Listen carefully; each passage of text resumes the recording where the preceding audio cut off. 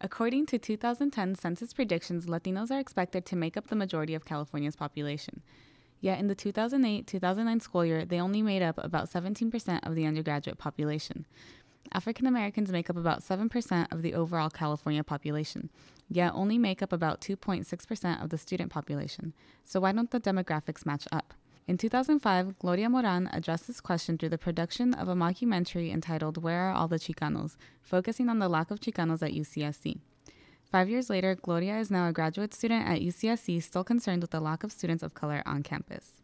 To date now, I don't think that things have really changed. I don't think that, we see these increasing numbers. I think even what my film might even, kind of doesn't even get into, but it's a conversation piece or a point of interest, is the fact that a lot of students of color are not, they're not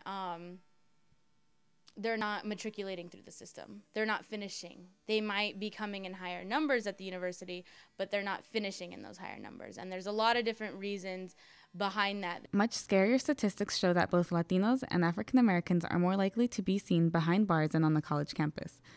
Larry Trujillo is a lecturer in the Community Studies Department and has spent some time studying the underrepresentation of communities of color in education. I think if we don't sustain early outreach programs and recruitment programs and retention programs when students are here,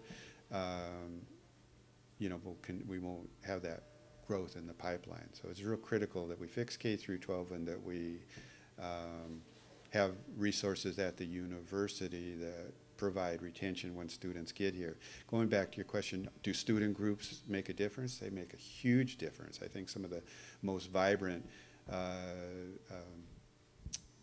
programs going on in terms of retention are some of the student-initiated programs. An example of student-initiated outreach and retention programs is Engaging Education, or E2. It is comprised of multiple student organizations who provide services and support to secure the advancement of students of color in multiple levels of education. Chelsea Johnson-Long, co-chair of Engaging Education, explains more.